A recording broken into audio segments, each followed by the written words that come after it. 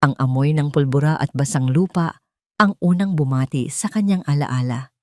Isang madilim na gabi sa kagubatan ng Mindanao kung saan ang tanging liwanag ay nagmumula sa nagbabagang dulo ng mga baril, mga sigawan, mga putok na yumanig sa kanyang pandinig. Isang nakakabinging pagsabog ang sumunod at kasabay nito ang pagtilapon ng kanyang katawan sa isang malambot na putikan. Nang imulat niya ang mga mata, ang mukha ng kasamahan niyang si Marco, ang nakita niya duguan at hirap na humihinga. Hinawakan niya ang kamay nito. Ang sarili niyang mga kamay ay nanginginig, hindi dahil sa takot, kundi dahil sa bigat ng sitwasyon. Elara, Valkyrie, hirap na usal ni Marco. Huwag kang bibitaw, Marco, manatili ka sa akin. Sigaw niya, ang kanyang boses ay naglalaho sa gitna ng kaguluhan. Ngunit alam niya, sa pagitan ng bawat paghinga nito, sa bawat pagkurap ng mga mata nito, alam niyang nawawala na ito sa kanya. Isang matinis na kalansing ng metal sa sahig ang biglang pumunit sa madilim na alaala. Agad na napakurap si Elara. Ang mga mata niya'y muling sinanay ang sarili sa malamig at artipisyal na liwanag ng fluorescent lamp sa emergency room ng St. Jude's Medical Center.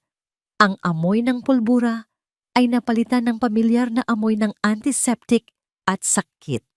Sa sahig, nakakalat ang mga gamit mula sa nahulog niyang stainless steel tray, mga forceps gunting at gauze pads.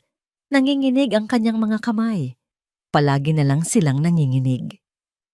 Ano ba namang katangahan to, Ana? Isang matalim na boses ang bumasag sa katahimikan. Hindi niya kailangang lumingon para malaman kung sino ito. Si Dr. Adrian Alcaraz, ang aroganteng resident doctor na kung maglakad sa ospital ay parang pag-aari niya ang bawat sulok nito. Yumuko lang si Elara, ang buhok niyang magulo na nakatali sa isang bon ay bahagyang tumatakip sa kanyang mukha. Hindi ka ba tumitingin sa dinadaanan mo o sadyang tatanga-tanga ka lang talaga?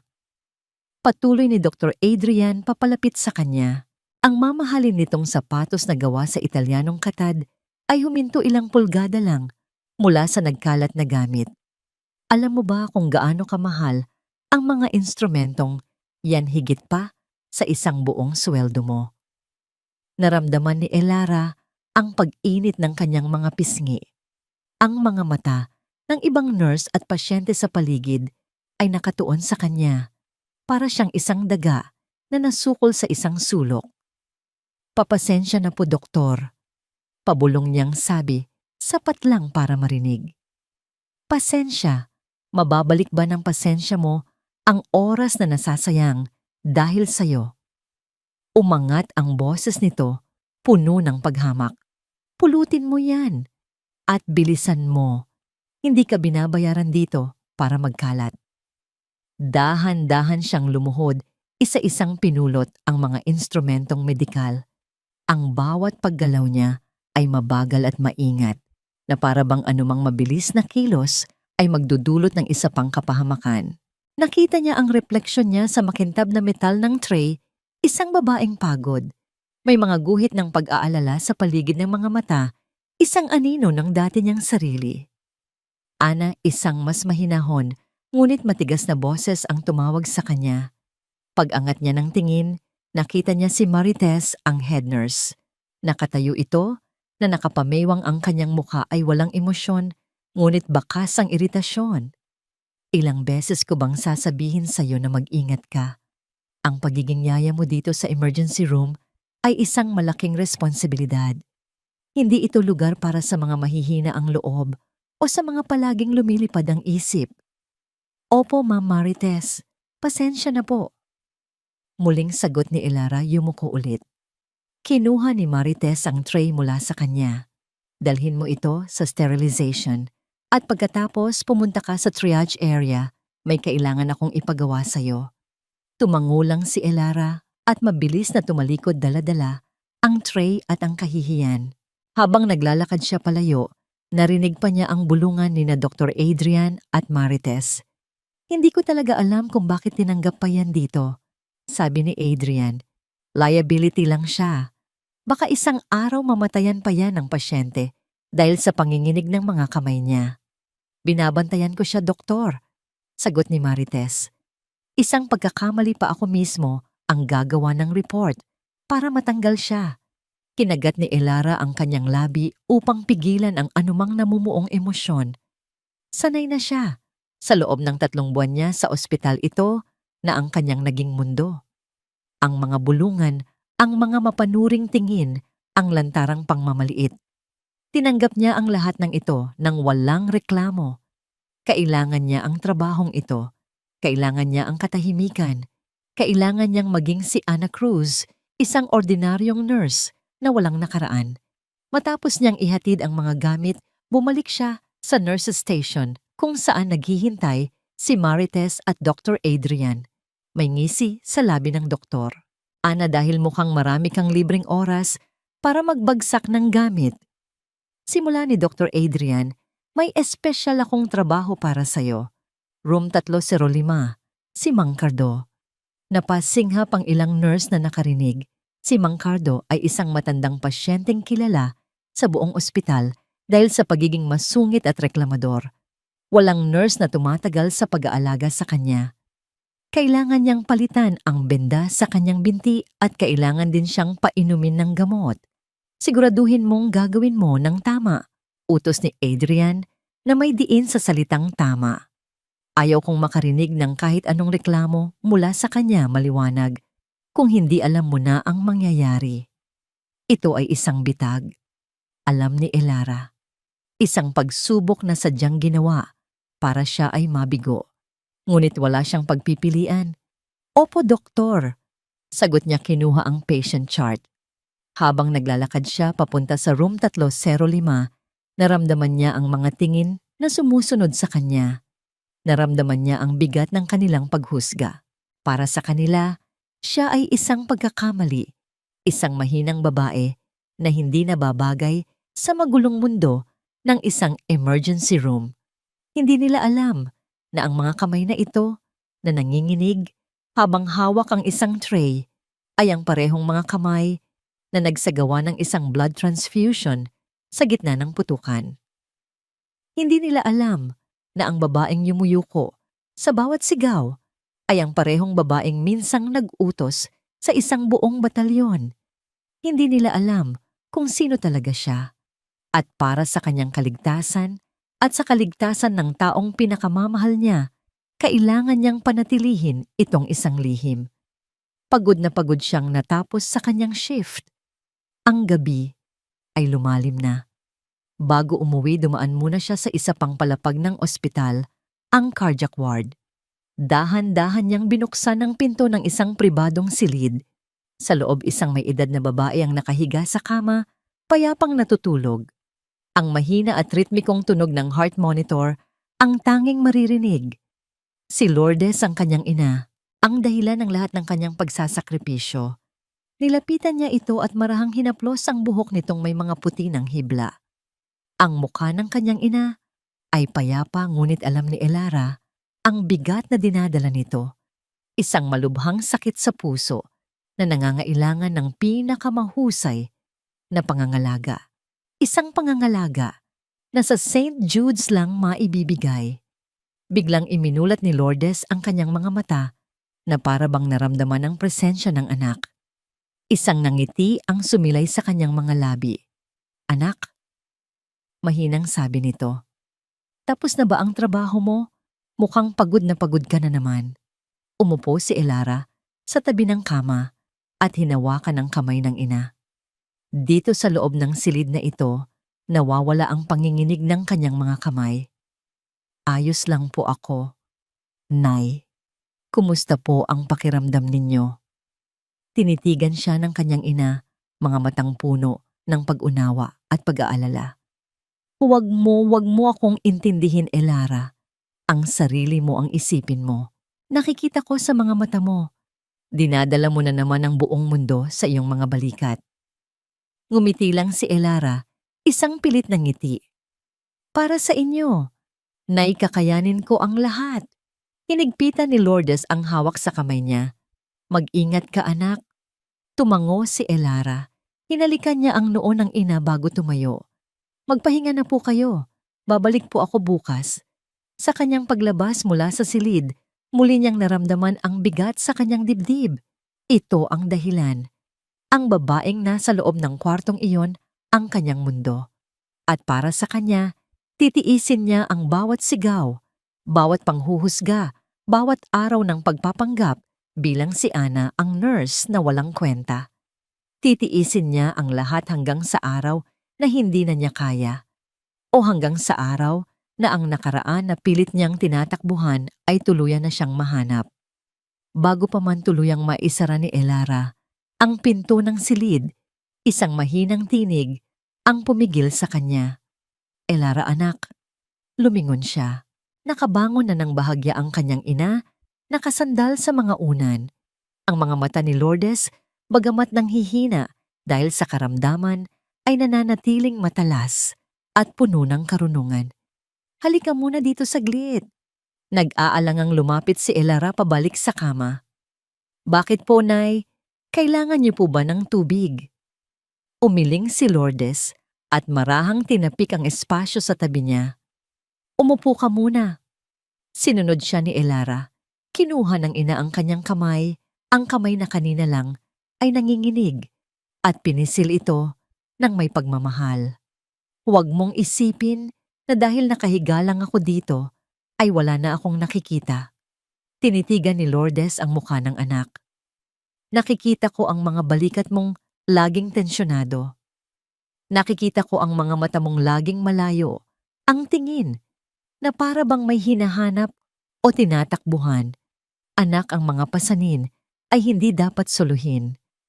Isang mainit na likido ang namuo sa mga mata ni Elara, ngunit mabilis niya itong pinigilan. Pagod lang po ito. Nay, alam niyo naman po sa ospital. Alam ko, malumanay na sagot ni Lourdes. Pero iba ang pagod sa bigat. Matagal na kitang hindi nakikitang ngumiti ng totoo. Huwag mong kalimutan na kahit gaano pa kadilim ang pinagdadaanan mo, nandito lang ako. Ang mga simpleng salitang yon ay tila isang matalim na punyal sa dibdib ni Elara. Gusto niyang sumigaw. Gusto niyang sabihin ang lahat ang tungkol kay Dr. Adrian, kay Marites ang takot na baka anumang oras ay mawalan siya ng trabaho. Ngunit ang pagsasabi ng totoo ay mangangahulugan lamang ng dagdag na alalahanin para sa kanyang ina na siyang pinakaiiwasan niya. Magiging maayos din po ang lahat. Nay, pilit niyang pinasigla ang boses. Magpagaling po kayo. Iyon po ang pinakamahalaga sa akin ngayon. Huminga ng malalim si Lourdes, alam na hanggang doon lang ang kaya niyang makuha mula sa anak. Basta't tandaan mo mas malakas ka kaysa sa inaakala mo. Sa mga salitang yon, hinalikan ni Elara ang kamay ng ina at tuluyan ng nagpaalam. Dala niya ang bigat ng kanyang mga lihim at ang init ng pagmamahal ng kanyang ina, dalawang puwersang patuloy na naglalaban sa loob niya. Kinabukasan sa nurse's station, habang inaayos ni Elara ang mga patient chart, narinig niya ang boses ni Joy, isang batang nurse na kasisimula pa lang sa ospital. Si Joy ang isa sa iilang tao na nakikipag-usap sa kanya ng maayos. Mama Marites, sa tingin ko po masyado kayong mahigpit kay Ate Ana. Sabi ni Joy, sinusubukang maging magalang. Mabait naman po siya at masipag. Mula sa kinatatayuan ni Marites, sa likod ng counter tumaas ang isang kilay nito. Joy, bago ka pa lang dito. Ang kabaitan at kasipagan ay hindi sapat sa lugar na ito. Ang kailangan dito ay bilis, kumpiyansa at katumpakan, mga bagay na tila kulang sa kaibigan mo. Pero lahat naman po tayo nagkakamali.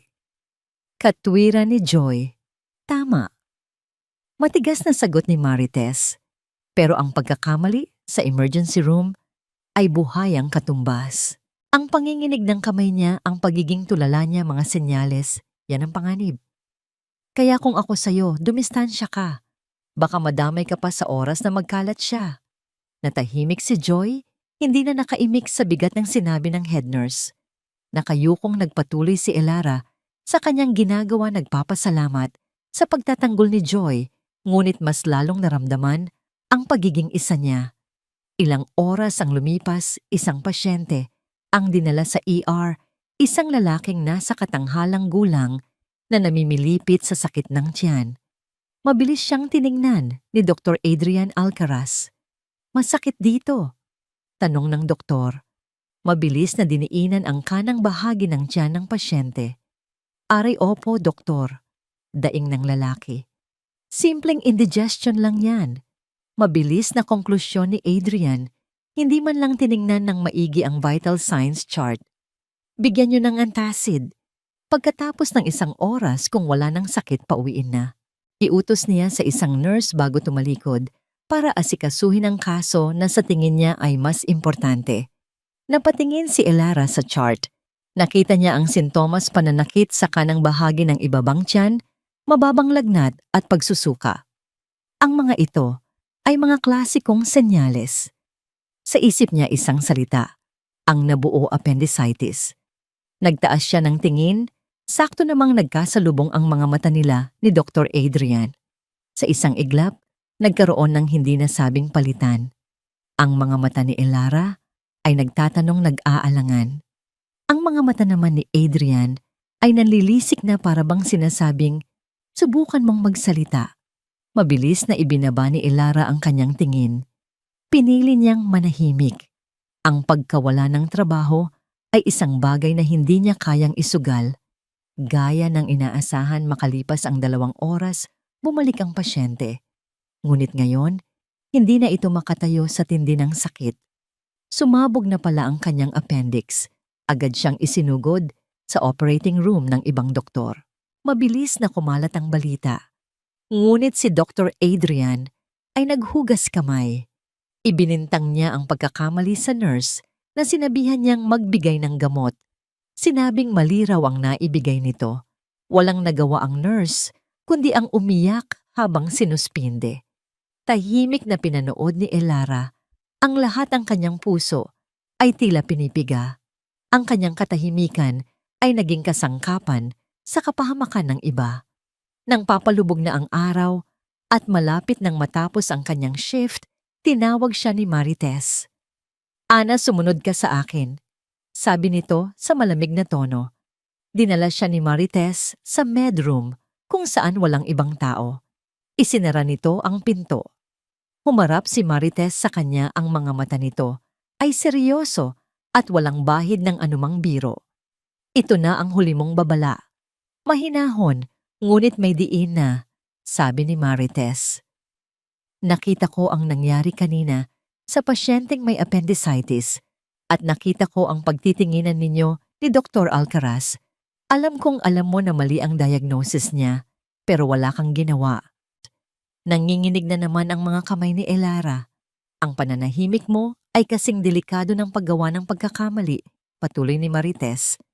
"Sa trabahong ito ang duwag ay walang lugar. Isa pang pagkakataon, kahit ano pa yan, mali mo man o pagkabigo mong itama ang mali ng iba, ako mismo ang gagawa ng incident report para tuluyan ka ng matanggal. Nagkakaintindihan ba tayo?" Wala nang lumabas na salita mula sa bibig ni Elara. Isang tango lang ang naisagot niya, ang kanyang mga mata ay nakatutok sa sahig. Pakiramdam niya ay gumuho ang lahat ng natitira niyang lakas. Pagod at talunan naglakad si Elara palabas ng may ospital. Ang bigat sa kanyang dibdib ay mas matindi pa kaysa dati. Habang naglalakad sa mataong bangketa, naramdaman niya ang pag-vibrate ng kanyang lumang cellphone sa bulsa. Kinuha niya ito, iniisip na baka text mula sa network provider.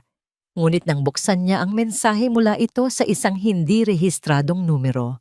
Iilang salita lang ang nakasulat, ngunit sapat na yon para mapahinto ang kanyang mundo. "Alam namin kung nasaan ka, Valkyrie." Biglang nanlamig ang buong katawan ni Elara. Ang dugo ay tila umalis sa kanyang mukha.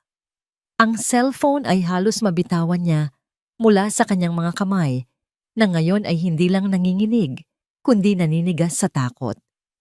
Iginala niya ang kanyang mga mata sa paligid, sa daan-daang mukha ng mga taong hindi niya kilala.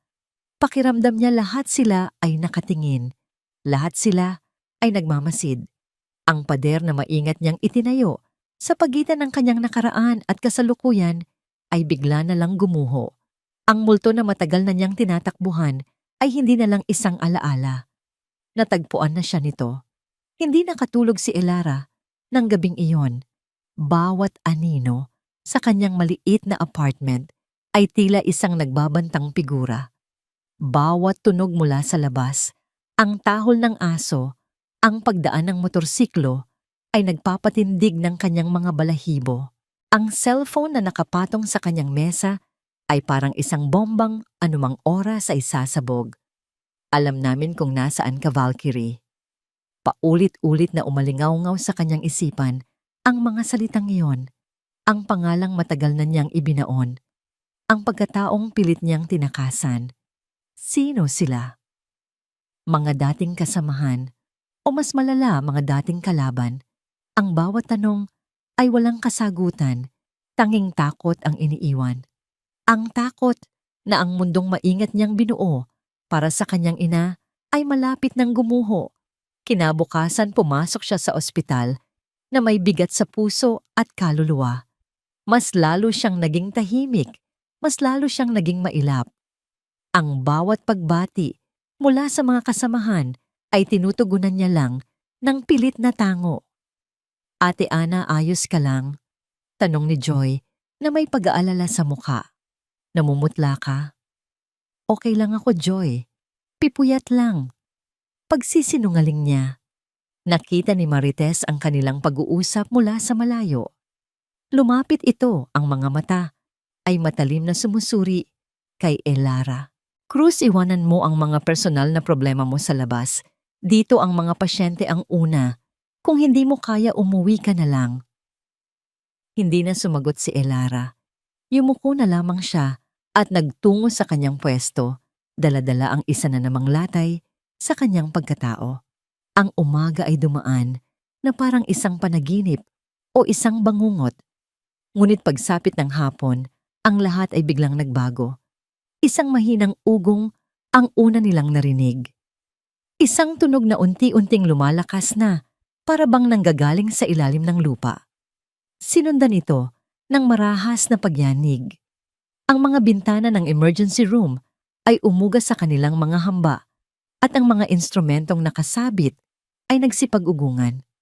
Lindol ba yan? Sigaw ng isang orderly?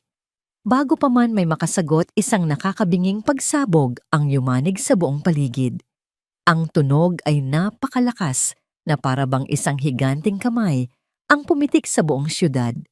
Nagkatinginan ang lahat, ang kanilang mga mukha ay puno ng pagtataka at pangamba.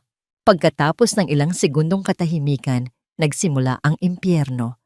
Ang mga sirena, hindi isa, kundi isang koro ng mga sirena mula sa mga ambulansya, bumbero at pulis.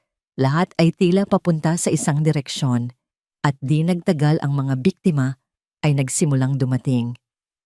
May sumabog na tangke ng gas sa isang residential building sa kanto. Sigaw ng isang paramedic habang itinutulak ang isang stretcher na may lulang duguan at sunog na biktima.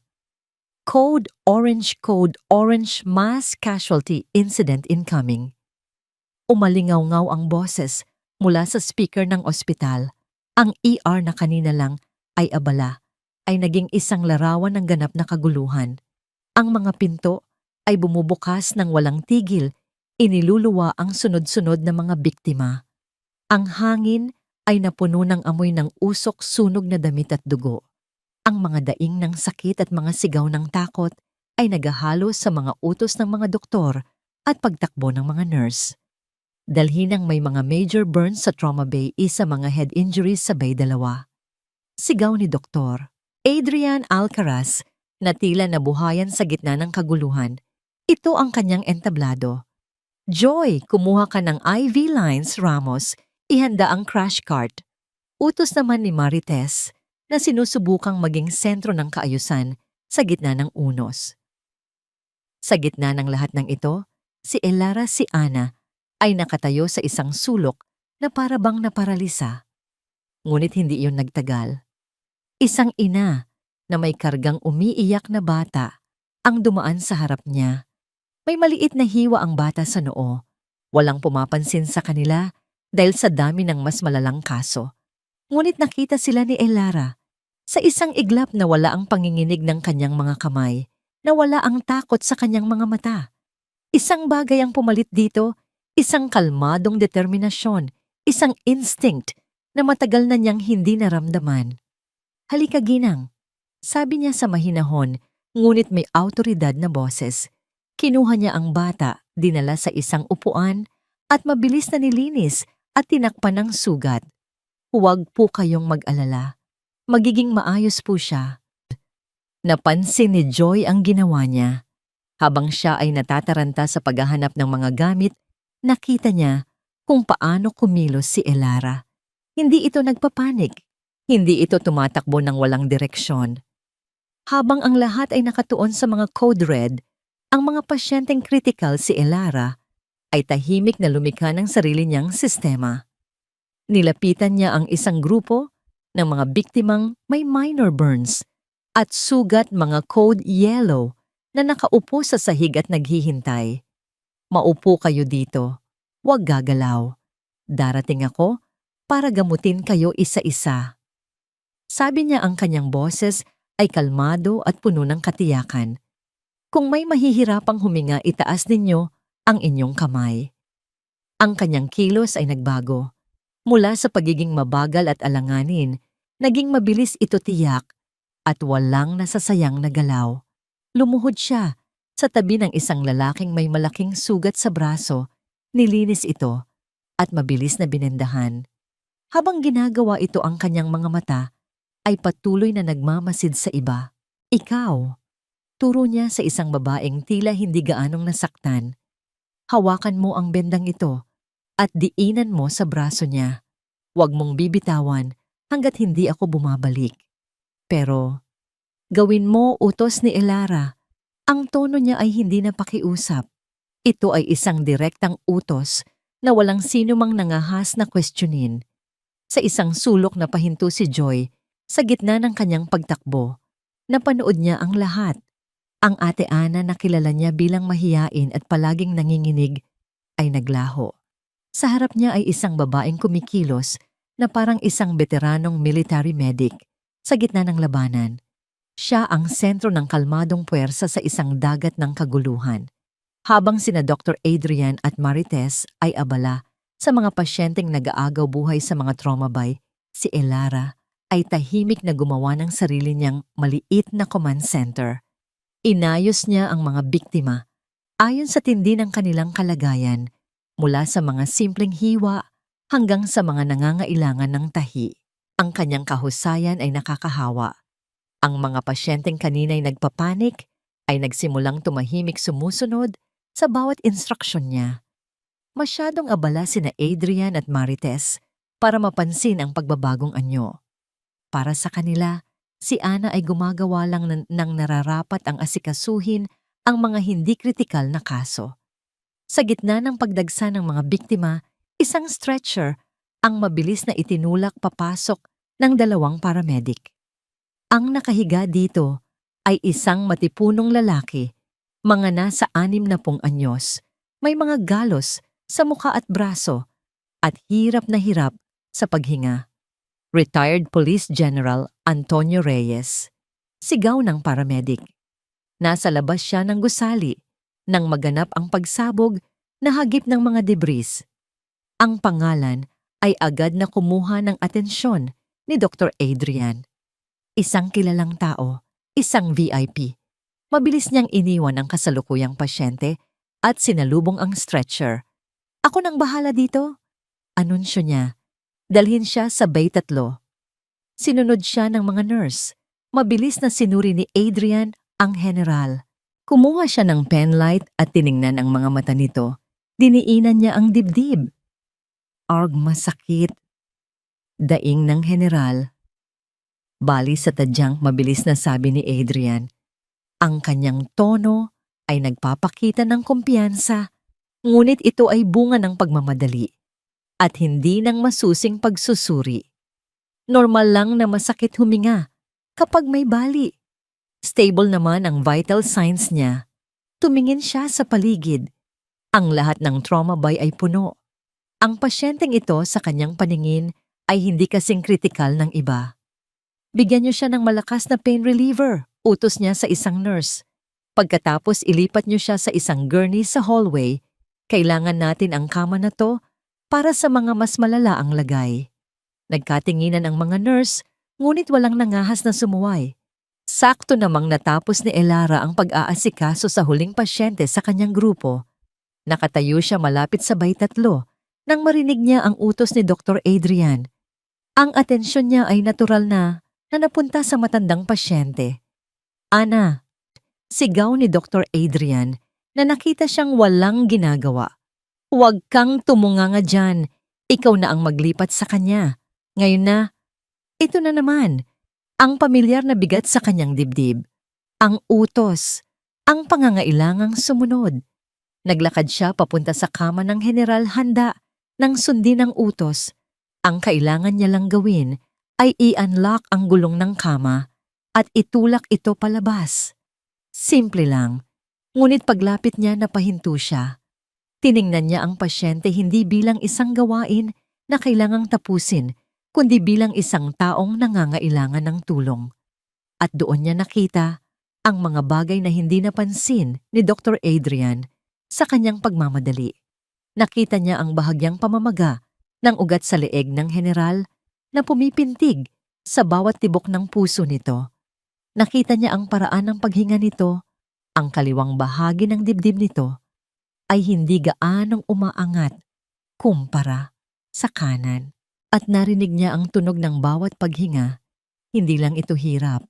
Ito ay may kasamang desperasyon na para bang hinahabol niya ang hangin na hindi niya makuha. Ang lahat ng senyales na yon ay sumisigaw ng isang bagay sa isipan ni Elara. Isang bagay na mapanganib. Isang bagay na nakamamatay kung hindi maaagapan.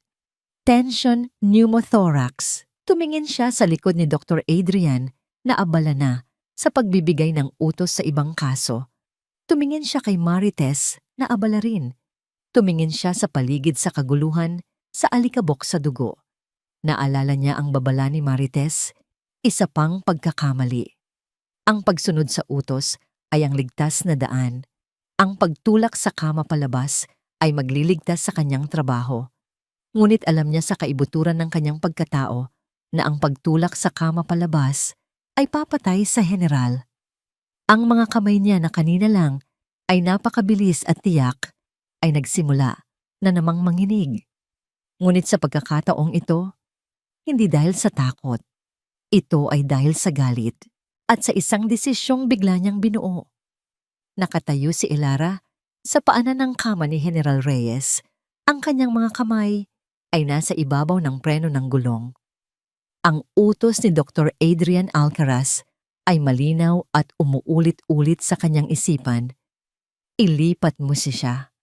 Ngayon na, ang pagsunod ay simple. Isang pag-angat lang sa preno at isang tulak. Tapos na. Ligtas ang trabaho niya.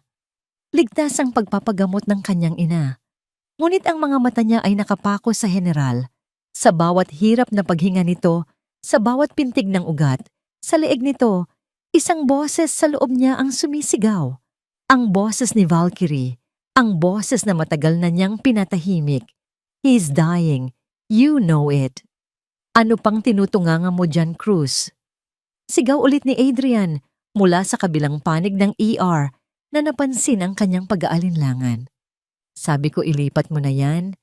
Huminga ng malalim si Elara.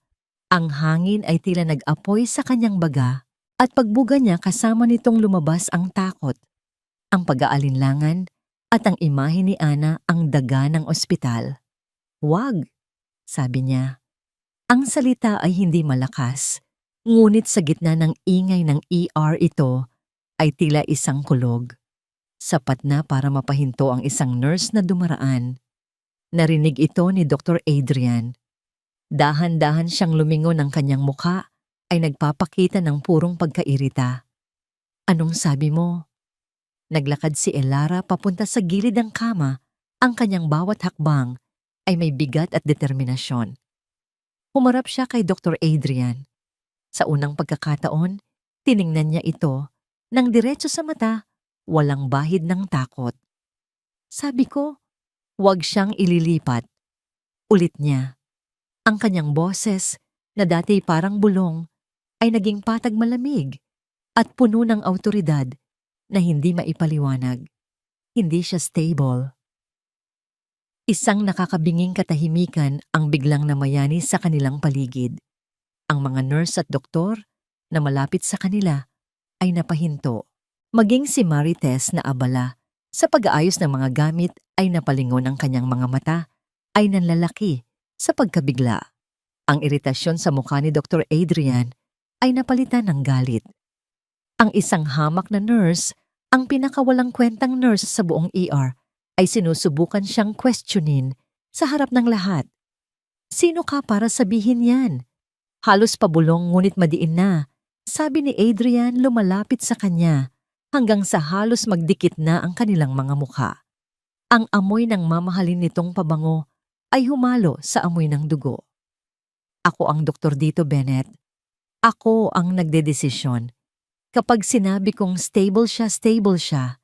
Ngayon ilipat mo ang kama o sisiguraduhin kong hindi ka na makakatapak sa kahit saang ospital sa buong Pilipinas.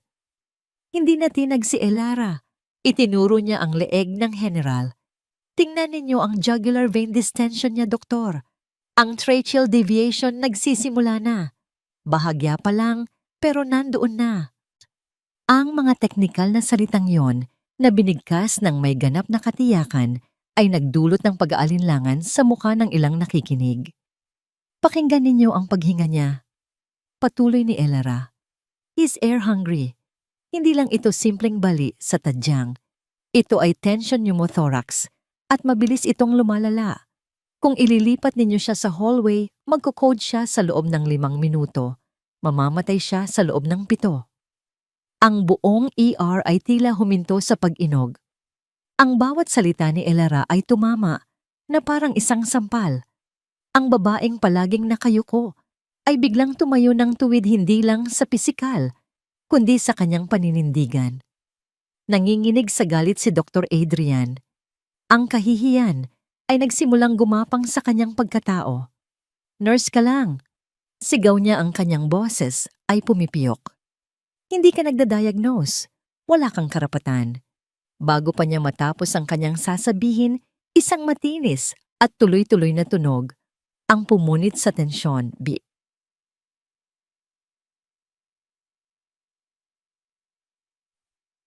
Ang cardiac monitor ay nagpapakita ng isang tuwid na linya.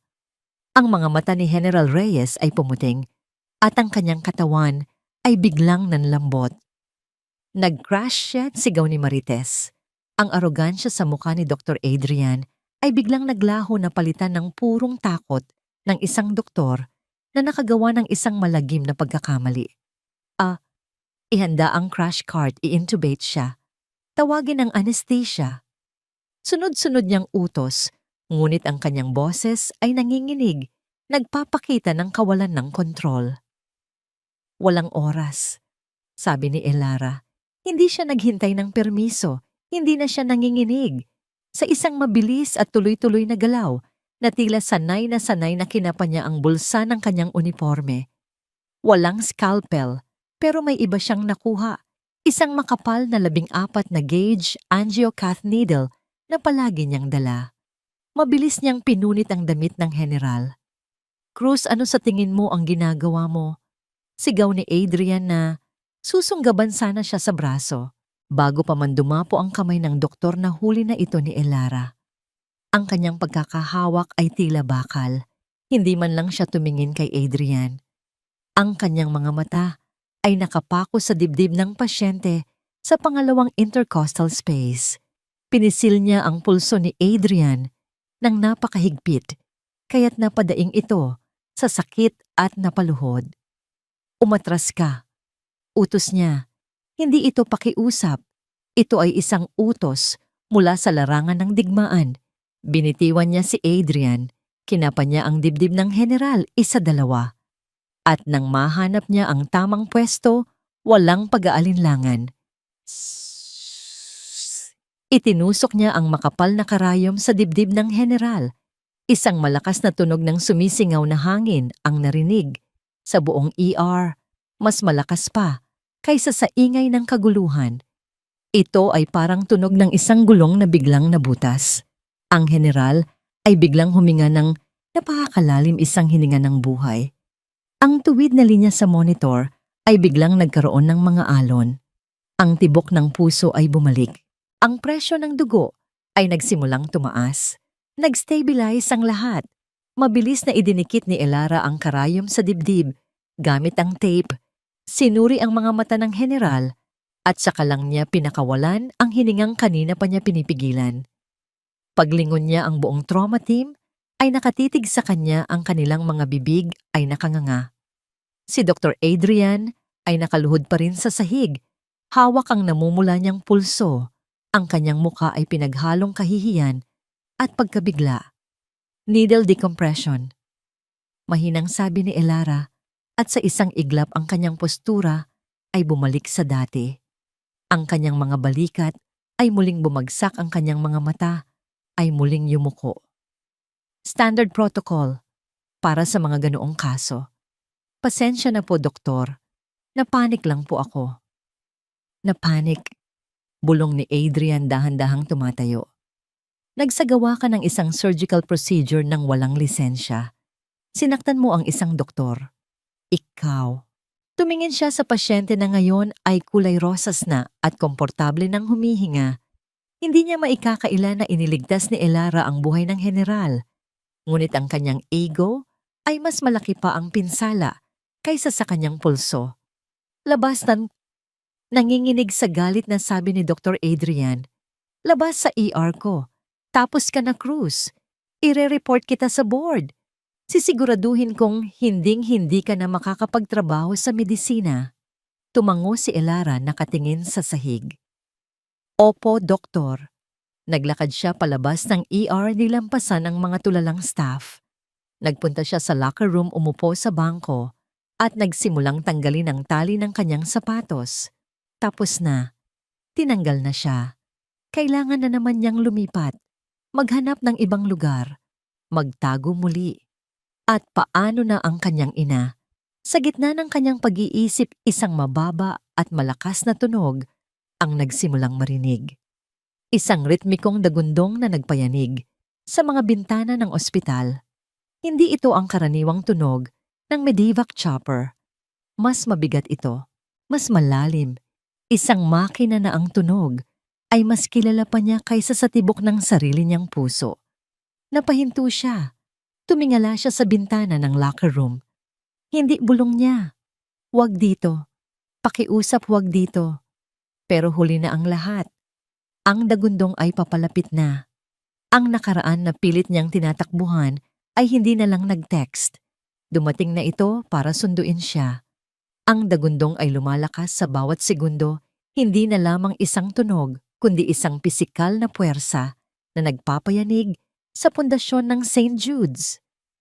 Sa loob ng locker room, naramdaman ni Elara ang pag-vibrate ng sahig, ang marahang paglaglag ng alikabok mula sa mga ceiling tiles. Ang tunog na yon ay isang mensahe, isang paalala ng mundong pilit niyang tinalikuran. Sa emergency room, ang kaguluhan mula sa pagsabog ay napalitan ng panibagong uri ng takot. Ang mga pasyente ay napapahawak sa kanilang mga tainga. Ang mga automatic sliding door sa ambulance bay ay biglang bumukas dahil sa lakas ng hangin at hindi na muling nagsara. Sa labas sa parking lot na nakareserba para sa mga doktor, isang dambuhalang anino ang bumalot sa sikat ng hapon. Isang itim na helicopter ang dahan-dahang bumababa mula sa kalangitan. Hindi ito pangkaraniwan. Walang logo ng gobyerno, walang puting bituin o numero ng unit. Ito ay isang multo, isang Sikorsky MH-60 Black Hawk na binago para sa mga lihim na operasyon. At lumapag ito nang walang babala. Ang landing gear nito ay dumagan at yumupi sa metal na karatula kung saan nakasulat, "Reserved for Dr. Adrian Alcaraz." Ano ang kabaliwan to? Sigaw ni Dr. Adrian na kasalukuyang kausap ang hospital administrator, si Mr. Henderson, tungkol sa insubordinasyon ni Elara. Sumugod siya papunta sa ambulance bay. Ang puting coat niya ay iwinawagayway ng malakas na hangin. Sino ang nagbigay ng permiso para lumapag sila dito? Labag yan sa lahat ng patakaran. Guard, kunin mo ang pangalan nila. Ang nag-iisang security guard, isang matabang lalaki na nagngangalang Paul, ay napahawak na lang sa kanyang sombrero. Tiningnan niya si Dr. Adrian na parabang ito ay nababaliw. Doktor, military chopper yan. Hindi ko pwedeng... Wala akong pakialam kung sino sila. Sinasadya nilang sirain ang BMW ko. Ganting sigaw ni Adrian habang ang mga maliliit na bato at basura ay tumatalsik at tumatama sa kanyang mamahaling sasakyan. Ang helicopter ay tuluyan nang lumapag, ngunit ang mga rotor nito ay hindi huminto. Patuloy itong umikot sa mataas na RPM, lumilikha ng isang maliit na bagyo. Bumukas ang gilid na pinto nito. 4 na lalaki ang tumalon palabas. Ang kanilang itsura ay malayo sa mga sundalong karaniwang nakikita sa mga parada. Sila ay may mga balbas, ang kanilang mga muka ay may bahid ng dumi at grasa. Nakasuot sila ng mga panglabang pantalon na multicam at mga itim na t-shirt na hapit sa kanilang mga katawang na babalutan ng armor plates. Ang kanilang mga helmet ay high-cut, pinalamutian ng mga modernong night vision goggles na nakataas na parang mga mata ng insekto, at sila ay armado. Ang kanilang mga HK4, 6 assault rifle na may mga silencer ay nakasabit sa kanilang mga dibdib.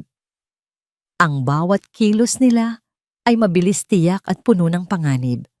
Sila ay gumalaw hindi na parang mga bisita, kundi parang mga mandaragit na sinisiguro ang isang landing zone sa teritoryo ng kaaway.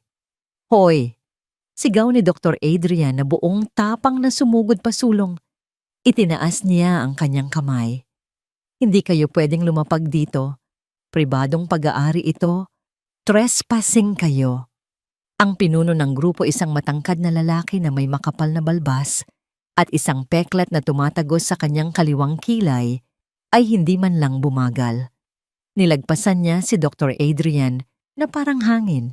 Isang bahagyang pagtama ng kanyang balikat ay sapat na para mapaatras at matumba si Adrian sa isang hilera ng mga wheelchair. Hindi siya pinansin ng sundalo. Naglakad ito ng diretso papunta sa pinto ng ER. Itinaas niya ang kanyang kamay sa kanyang radio headset. Viper 1 to base. Nasa lupa na kami. Sinisiguro na ang asset. Si Mr. Henderson, ang hospital administrator, ay sinubukang pairalin ang kanyang awtoridad. Humakbang siya at hinarangan ng daan. Sandali lang, ako ang namamahala sa ospital na ito. Hindi ninyo maaring ipasok ang mga armas ninyo dito. Sino ang in charge sa inyo? Huminto ang pinuno. Tiningnan niya si Mr. Henderson mula ulo hanggang paa. Ang kanyang mga mata ay kulay abo at tila pagod, ngunit may apoy ng panganib sa loob nito. Umalis ka sa daan, sabi nito. Ang boses niya ay malalim, magaspang at walang pasensya. Tatawag ako ng pulis. Nanginginig na, sabi ni Mr. Henderson. Lumapit pa ang sundalo, ang kanyang dambuhalang anino ay bumalot sa maliit na administrador. Ginoo, kami ay kumikilos sa ilalim ng utos ng National Security Council. Kung hindi ka aalis, sa pilitan naming papasukin ang mga pinto na ito at ikaw ay aming ikukulong dahil sa paghadlang sa isang operasyon ng gobyerno. Ngayon, umalis ka. Walang nagawa si Mr. Henderson kundi ang tumabi. Pumasok ang 4 na sundalo sa lobby ng ER. Ang lahat ng ingay ay biglang naputol. Ang isang sanggol na umiiyak ay napahinto. Ang isang lalaking may bali sa braso ay nakalimot sa kanyang sakit. Ang presensya ng mga lalaking ito ay tila humigop sa lahat ng hangin sa silid. Dala nila ang amoy ng langis, pulbura at pawis sa loob ng malinis na ospital. Tumatakbong pumasok si Dr. Adrian, namumula ang muka. Paul, pigilan mo sila. Sigurado akong naghahanap yan ng droga. Yan lang ang dahilan. Huminto ang pinuno sa gitna ng triage area. Hindi siya tumingin sa mga pasyente. Hindi siya tumingin sa mga doktor. Ang kanyang mga mata ay naglakbay sa nurse's station. Nasaan siya? Sigaw nito. Si Marites na nasa likod ng counter ay nanginginig. Sa sino po? Ang nurse. Sabi ng sundalo ang kanyang kamay ay nakapatong malapit sa kanyang baril hindi bilang banta, kundi bilang isang sanay na kilos. Bagong salta. Tahimik. May mga peklat sa kamay. Nasaan si Valkyrie? Valkyrie, nauutal na tanong ni Marites. Wala kaming empleyadong ganyan ang pangalan. Meron kaming Ana Cruz. Tumingin ang pinuno sa kanyang mga kasama. Hanapin na niyo sa likod. Hanapin na niyo siya. Isang tawang tila nababaliwang kumawala mula sa bibig ni Dr. Adrian. Si Cruz ang daga. Ang walang kwentang nurse na, yan kakatanggal ko lang sa kanya. Nasa locker room siya nag-iimpake ng basura niya. Nandito ba kayo para arestuhin siya may napatay ba siya sa dati niyang ospital? Alam ko na eh. Alam kong isang impostora yan. Dahan-dahang lumingon ang pinuno at hinarap si Dr. Adrian. Ang tatlo niyang kasama ay napahinto ang kanilang mga kamay ay humigpit sa hawak ng kanilang mga baril. Tinanggal mo siya. Mahinang tanong ng pinuno. Ang boses nito ay biglang naging napakalamig. Oo, at nararapat lang sa kanya. Pagmamalaki ni Adrian, sinaktan niya ako. Nagsagawa siya ng procedure na wala sa lugar. Hindi siya stable. Naglakad ang pinuno palapit kay Dr. Adrian hanggang sa magkadikit ang kanilang mga ilong. Naamoy ni Adrian ang pulbura. Kung tinanggal mo siya, bulong ng sundalo, kinokompromiso mo ngayon ang pinakamahalagang medical asset na pag-aari ng sandatahang lakas ng Pilipinas. At kung nakaalis na siya sa gusaling ito, doktor, personal kitang papanagutin sa pagkamatay ng taong nasa helicopter. Napasinghap si Dr. Adrian. Ano? Tingnan niyo sa locker room, sigaw ng pinuno sa kanyang mga tauhan. Bilisan niyo! Samantala sa locker room na isuot na ni Elara ang kanyang sapatos. Nakasling na ang kanyang bag sa kanyang balikat. Naglalakad na siya papunta sa back exit balak na dumaan sa fire escape at maglaho sa eskinita. Narinig niya ang kaguluhan sa labas, ang mga sigawan, ang mabibigat na yabag sa sahig. Kilala niya ang tunog ng mga combat boots na yon. Huwag kang lilingon, sabi niya sa sarili. Maglakad ka lang. Ikaw si Ana Cruz, isa kang nobody. Valkyrie. Ang boses ay umalingaw-ngaw sa mga metal na locker. Isang boses na halos 2 taon na niyang hindi naririnig. Isang boses na sinubukan niyang ibaon sa limot. Napahinto si Elara. Ang kanyang kamay ay nanigas sa ibabaw ng push bar ng pinto. Huwag mo na akong pagurin sa paghabol sa'yo, Elara, sabi ng boses. Mas malumanay na ito ngayon, halos nagmamakaawa. Dahan-dahan siyang lumingon. Nakatayo sa bukana ng locker room si Major Rico Viper Santos. Mukha itong mas matanda kaysa sa huli niyang alaala. Mas marami ng kulay abos sa kanyang balbas. Mas malalim ang mga bilog sa ilalim ng kanyang mga mata. Ngunit siya pa rin ang dambuhalang lalaki na bumuhat sa kanya palabas ng isang nasusunog na gusali noong tinamaan siya ng shrapnel sa binti. Ang kanyang nakaraan ay hindi na lamang isang anino. Ito ay nakatayo na ngayon sa kanyang harapan. Nakatayo si Major Rico Santos sa bukana ng locker room. Ang kanyang anyo ay tila humaharang sa lahat ng liwanag. Ang bigat ng kanyang presensya ay sapat na para gawing masikip ang maliit na espasyo. Hindi na ako siya, Rico. Sabi ni Elara, ang kanyang boses ay nanginginig. Sa unang pagkakataon, hindi dahil sa takot, kundi dahil sa bigat ng emosyon. Retirado na ako. Wala na ako sa serbisyo. Pinirmahan ko ang mga papel. Walang labas para sa mga taong tulad natin, Elara. Sagot ni Rico, humahakbang papasok sa silid. Iniwan niya ang kanyang rifle sa mga tauhan niya sa labas. Lumapit siya ng may pag-iingat na para bang lumalapit sa isang sugatang hayop. Alam mo yan? Isang luha ang pumatak mula sa mata ni Elara. Hindi ko na kaya, Rico. Bulong niya. Ayoko nang mawalan ulit. Ayoko nang magkaroon ng dugo sa mga kamay ko. Nurse na lang ako ngayon. Nagbibigay ng paracetamol. Sinasagot ang mga utos ng residente. Tahimik na. Tahimik. Malumanay na pag-aalinlangan ni Rico. Nakita kita sa hallway kanina. Para kang isang hayop na nakakulong sa hawla. Namamatay ka dito, Elara, araw-araw. At alam nating pareho yan. Bakit ka nandito, Rico? Tanong ni Elara.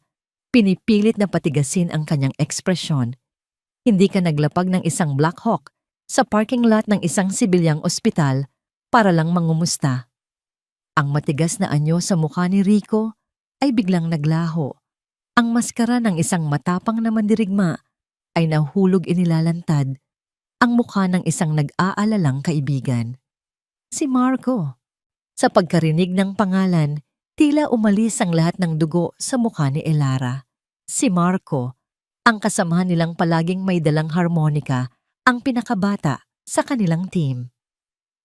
Ang sundalong namatay sa kanyang mga braso sa madilim na kagubatan ng Mindanao. Hindi imposible. Anong tungkol kay Marco?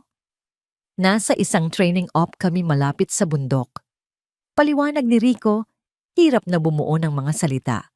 Live fire exercise. May nangyaring mali sa breaching charge. Isang ricochet o malfunction, hindi ko alam. Huminga ng malalim si Rico. Tinamaan siya. Hinawakan ni Elara ang isang locker para suportahan ang sarili. Saan? Sa leeg, tabi ng balikat. Sabi ni Rico. Daplis lang sa artery, pero malakas ang pagdugo. May field dressing kami, pero nauubusan na siya ng dugo. Hindi na kami aabot sa base. Ito ang pinakamalapit na level 1 trauma center. Kung ganun dalhin niyo siya sa ER. Halos pasigaw na, sabi ni Elara. Idiota si Ade. Pero magagaling ang trauma team dito. May mga surgeon sila. Hindi nila pwedeng galawin si Marco. Maring sabi ni Rico. Ano, bakit hindi? Nag-atubili si Rico. Dahil ang balang tumama sa kanya. Experimental. Isang prototype smart fragmenting round. Nakabaon ito malapit sa kanyang gulugod. Ang mga salitang yon ay nagpabalik sa alaala ni Elara.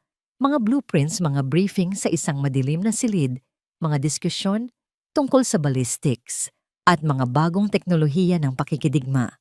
Kung susubukang tanggalin niya ng isang sibilyang surgeon, gamit ang natutunan nila sa med school. Patuloy ni Rico, sasabog iyan. O kaya naman, dudurugin nito ang spinal cord niya.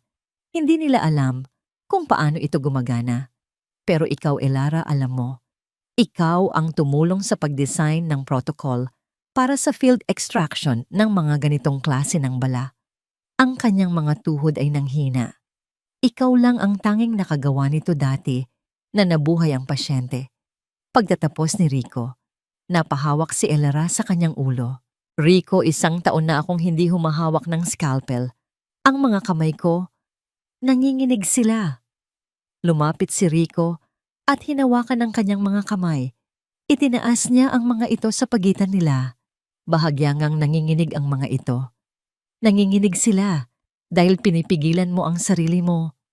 Mariing sabi ni Rico, ang kanyang mga mata ay nakatitig ng diretso sa kanya. Nanginginig sila dahil para kang isang kabayong pangkarera na pinipilit mong humila ng kariton ng gatas. Tingnan mo ako. Nagangat ng tingin si Elara. Namatay na si Marco sa isipan ko noon, Elara. Pero hindi. Umiling si Rico. Hindi. Isang pagkakamali. Ang Marco na kasama natin noon, ang nawala sa Mindanao, ay si Sergeant Leo Marco. Ang tinamaan ngayon, ang kapatid niya, si Private First Class Miguel Marco, ang batang ipinangako nating poprotektahan. Ang balita ay tila isang suntok sa sikmura ni Elara. Ang kapatid ni Marco, ang batang nakilala niya sa burol na may mga matang puno ng paghanga at pangarap na sundan ang yapak ng kanyang kuya. Nag-aagaw buhay siya, Elara. Siguro 10 minuto na lang ang natitira sa kanya. Nasa helicopter siya. Hinahanap ka niya. Ayaw pa nga niyang lumapag tayo. Sabi niya, "Huwag niyo nang idamay si Ma'am Elra." Pero hindi ko kayang pabayaan siya. Kailangan kita, Elra. Kailangan namin ng multo. Kailangan namin si Valkyrie. Tiningnan ni Elara ang kanyang mga kamay. Tiningnan niya ang murang scrub suit na suot niya. Naalala niya ang mapanuyang ngiti ni Dr. Adrian. Naalala niya ang katahimikang sinubukan niyang ipundar. Pagkatapos inisip niya si Miguel.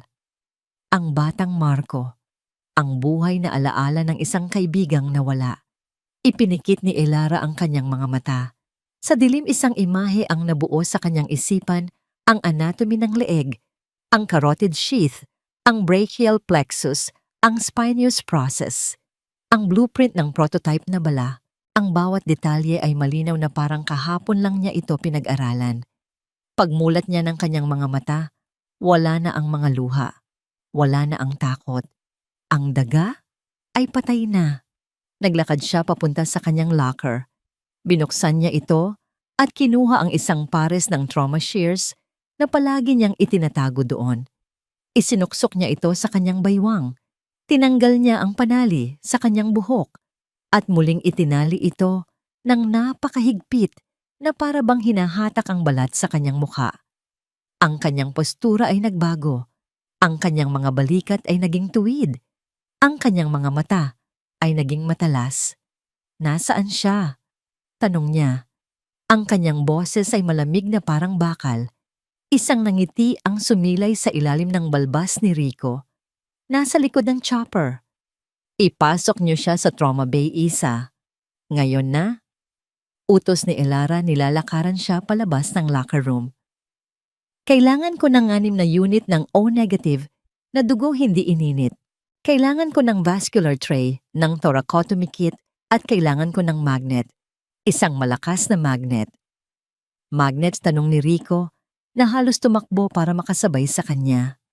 Magnetic triggered ang bala. Sabi ni Elara, tinutulak ang pinto ng locker room. Kung gagamit tayo ng mga instrumentong bakal malapit dito, sasabog yan. Kailangan ko ng titanium set. May MRI suite ba ang ospital na ito? Sa pagkakaalam ko, meron. Ipadala mo ang mga tauhan mo doon. Kailangan ko ng mga non-ferrous na instrumento. Bilisan nyo. Bumulaga sila sa hallway. Nakatayo pa rin doon. Si Dr. Adrian kausap ang pulis sa kanyang cellphone. Oo, may mga baril sila. Binabantaan nila ako. Sigaw niya sa telepono. Napatingin siya at nakita si Elara na nagmamartsa palapit sa likod nito ay ang dambuhalang anyo ni Rico. Ikaw, turo ni Adrian sa kanya. Sinabi ko nang umalis ka, security. Palabasin ang babaeng yan. Hindi bumagal si Elara. Naglakad siya ng diretso kay Adrian. Umalis ka sa dinadaanan ko, Caleb. Excuse me, ako ang doktor dito. Hindi na siya sumagot. Itinukod niya ang isang kamay sa dibdib ni Adrian at itinulak ito. Hindi ito isang simpleng tulak. Ito ay isang tactical strike sa sternum. Si Adrian ay tumilapon pa atras, natapilok sa sarili niyang mga paa at bumagsak sa sahig. Humarap si Elara sa mga tulalang staff ng ER. Ang kanyang boses ay umalingaw-ngaw puno ng awtoridad na hindi nila kailanman narinig mula sa kanya. Kinukumpiska ko ang Trauma Bay, Isa. Mayroon akong code black surgical emergency. Napaparating, Marites. Tawagan mo ang blood bank. Sabihin mo sa kanila kung wala akong 6 na unit ng O-negative na dugo sa loob ng 2 minuto. Personal akong bababa doon at kukunan ko sila ng dugo mula sa kanilang mga ugat. Napatalon si Marites na parabang nakuryente. Agad niyang dinampot ang telepono. Oo po, Ana. Hindi Ana ang pangalan niya. Sigaw ni Rico habang tumatakbo papunta sa exit para kunin ang kanyang kasama. Ang pangalan niya ay Captain Elara Cruz at susundin ninyo ang bawat utos niya. Kung ayaw ninyong sa sandatahang lakas ng Pilipinas, kayo magpaliwanag. Ang mga pinto ng ER ay muling bumukas. 2 sundalo ang pumasok, dala-dala ang isang stretcher. Nakahiga dito ang isang binatang sundalo, maputla, na parang papel na liligo sa sarili niyang dugo. Isang nakakatakot na butas ang makikita sa kanyang leeg. Tiningnan ni Elara ang pasyente. Tiningnan niya ang sugat. Gloves ni Nimian ni Niemendong. Sabi niya iniunat ang kanyang kamay nang hindi lumilingon. Isang nurse na hindi pa niya nakakausap kailanman. Ang mabilis na nag-abot sa kanya ng isang pares. Isinuot niya ito. Oras na para magtrabaho.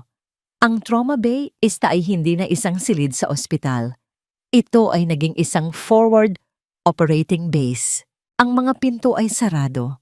At nakalock at sa labas nito, dalawa sa mga sundalo ni Rico ang nakabantay na parang mga bakal na pader. Ang kanilang mga armas ay nakahanda epektibong humaharang sa sinumang mula sa labas. Sa loob ang hangin ay mabigat isang pinaghalong amoy ng dugo, alkohol at takot. Si Miguel Marco ay nakahiga sa mesa, wala nang damit pang itaas. Ang kanyang balat ay kasing putla nang abo isang malagim na kaibahan sa matingkad na pulang dugo na namumuo sa ilalim ng kanyang leeg. Bumagsak ang BP niya sa 70/40. Nanginginig na sigaw ni Marites. Nanatili siya. Sa kabila ng utos ni Dr. Adrian, nalisanin ng lugar, ang head nurse ay hindi umalis sa tabi ni Elara.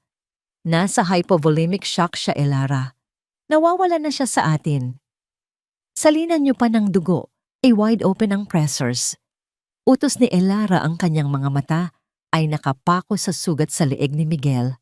Kailangan kong itaas ang presyo niya sa 70 systolic bago ako magsimula, kung hindi mauubos ang puso niya bago ko pa maisara ang ugat na nagdurugo. Ang mga pinto ay biglang kinalampag ng malakas. Buksan niyo ang pinto. Labag sa batas yan. Bennett, naririnig mo ba ako? You are practicing without a license. Ang muffled na sigaw ni Dr. Adrian ay tumagos mula sa hallway, puno ng galit at kawalan ng kapangyarihan. Kausap ko na ang Chief of Medicine, mananagot ka dito. Si Rico na nakatayo malapit sa pinto ay sumulyap lang sa maliit na salamin sa pinto. Ang kanyang mukha ay isang maskara ng bato bago pa ikutin ang deadbolt para masigurong hindi ito mabubuksan. Hayaan mo siya. Sabi ni Elara, ang kanyang boses ay nakapagtatakang kalmado. Iniunat niya ang kanyang kamay. MRI kit. Isang batang radiology tech na nagngangalang Leo ang nanginginig na lumapit. Hawak niya ang isang tray ng mga instrumento na gawa sa plastic at titanium, mga gamit na karaniwang ginagamit sa loob ng magnetic field ng MRI machine. Ang mga ito ay hindi kasing talas at mas mahirap gamitin kaysa sa bakal, ngunit ang pinakamahalaga, hindi sila magnetic. Dinala ko na po lahat ng meron kami. Ma'am, nauutal na, sabi ni Leo. Magaling, Leo. Malumanay na, sabi ni Elara. Ngayon umatras ka sa likod ng lead shield na yan. Kinuha niya ang isang pares ng titanium forceps. Huminga siya ng malalim. Ang silid ay biglang natahimik, maliban na lang sa ritmikong tunog ng ventilator at sa nagmamadaling pagtibok ng cardiac monitor. Tiningnan ni Elara ang sugat, ang bala, ang MK4 Smart Frag. Dinisenyo ito para sumabog kapag naramdaman ang magnetic signature ng isang makina. Ngunit nagmalfunction ito. At ngayon, ito ay nakabaon ng delikado, malapit sa carotid artery, dumidiin sa isang kumpol ng mga ugat na kumukontrol sa braso at diaphragm. Rico, sabi ni Elara, nang hindi inaalis ang tingin sa sugat. Kailangan kong hawakan mo ang ulo niya. Huwag mong hahayaang gumalaw kahit 1 milimetro. Kapag umubo siya, kapag kumibot siya, pwedeng gumalaw ito. Kapag gumalaw ito, sasabog ito. At kung sumabog ito, lahat tayo sa silid na ito ay mamamatay. Napasinghap si Marites. Babuhay ang bala. Buhay na buhay, sabi ni Elara. Rico, traction. Lumapit si Rico sa ulunan ng kama. Ipinatong niya ang kanyang malalaking kamay sa sentido ni Miguel. Tumingin siya sa kanyang kasamahan, Pagkatapos ay tumingin kay Elara. Tiwala ako sa Val. Iuwi mo siya. Ibinaba ni Elara ang forceps, ang kanyang mga kamay, ang mga kamay na kinukutya ng lahat dahil sa panginginig. Habang may hawak na tasa ng kape, ay ngayon ay perpektong kalmado, tila hindi natural, na para bang ang adrenaline ay pinaso ang lahat ng kanyang pagkabalisa. Hindi na siya ang daga, siya na ang makina. Marahan niyang ipinasok ang forceps sa sugat. Nararamdaman ko ang casing bulong niya. Magaspang, nakapulupot sa fascia, biglang tumaas sa 100 at 40 ang heart rate ni Miguel. Nararamdaman niya. Sabi ni Elara, hindi sapat ang anesthesia. Magdagdag ka ng 50 miligramo ng rocuronium at 100 miligramo ng fentanyl. Nagdadagdag na? Sagot ni Marites. Si Elara ay nagtrabaho ng may microscopic na precision. Hindi siya makagamit ng suction dahil ang dulo nito na gawa sa metal ay maaaring mag-trigger sa fuse. Kailangan niyang gumamit ng gauze para lang linisin ang dugo na bumubulwak mula sa punit sa jugular vein. Hawak ko na ang ugat. Sabi niya, partial transection ng internal jugular. I-clamp ko na. Ginamit niya ang isang plastic hemostat para ipitin ang ugat. Humina ang pagdurugo. Okay, ngayon para sa hardware. Lumalim pa siya. Ang dulo ng forceps ay sumayad sa isang matigas na bagay. Bigla isang mahina at matinis na tunog ang nagsimulang manggaling sa sugat. Ray! Lahat ay napahinto. Ano yon, bulong ni Leo mula sa likod ng shield. Capacitor charge, sabi ni Rico, tumutulo ang pawis sa kanyang ilong. Nagigising ito. Huwag gagalaw. Mahinang utos ni Elara. Ang tunog ay lalong tumining. Nararamdaman ng bala ang disturbance. Kinakalkula nito kung sasabog ba o hindi. Ipinikit ni Elara ang kanyang mga mata sa isang iglap. Inaalala ang schematic ng bala na pinag-aralan niya ilang taon na ang nakalipas. Mayroon itong 3 segundong delay kapag na-trip ang anti-tamper circuit nito. Kailangan ko na itong bunutin, sabi ni Elara. Ngayon na. Kung dahan-dahan sasabog ito, kung hahatakin ko, baka mapunit ko ang artery. Decision mo, Valkyrie, sabi ni Rico. Sa 3, sabi ni Elara. Inayos niya ang hawak sa forceps. Itinukod niya ang kanyang mga paa sa sahig. 1. Ang tunog ay isa ng sigaw ngayon. 2. Sa labas si Dr. Adrian ay kumakalampag pa rin sa salamin, walang kamalay-malay na sinusubukan niyang pumasok sa isang blast zone. 3. Hinila ni Elara. Hindi ito isang haltak kundi isang mabilis, ngunit makinis at malakas na pagbunot. Isang basang shock na tunog ang narinig at isang maliit na cylindrical na bagay na nababalutan ng dugo at laman ang lumabas. Ang matinis na tunog ay tumigil. Hindi nagdiwang si Elara. Lumingon siya at marahang inilagay ang aparato sa isang basin na puno ng salin na hawak ni Leo. Leo, takbo! Sigaw ni Elara. Dalhin mo yan sa loading dock. Itapon mo ng malakas papunta sa bakanteng lote, bilisan mo. Hindi nagtanong si Leo. Kinuha niya ang basin at tumakbo palabas ng backdoor ng trauma bay, sinipa ito para bumukas at naglaho sa hallway. Pinanood siya ni Rico, pagkatapos ay tumingin pabalik kay Elara. Ligtas na. Hindi pa.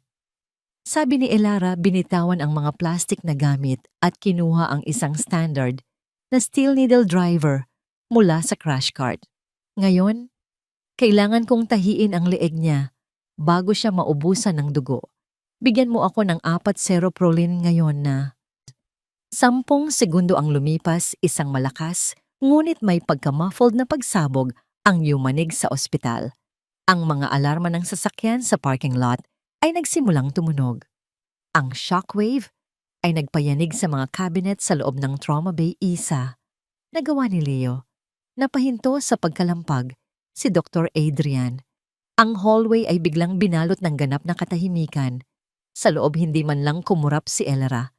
Nagtatahi na siya, ang kanyang mga kamay ay kumikilos nang napakabilis, nagbubuhol, nagsasara ng mga layer, tinatatakan ng ugat. Tumataas na ang BP, sabi ni Marites. Ang kanyang boses ay puno ng paghanga. 160.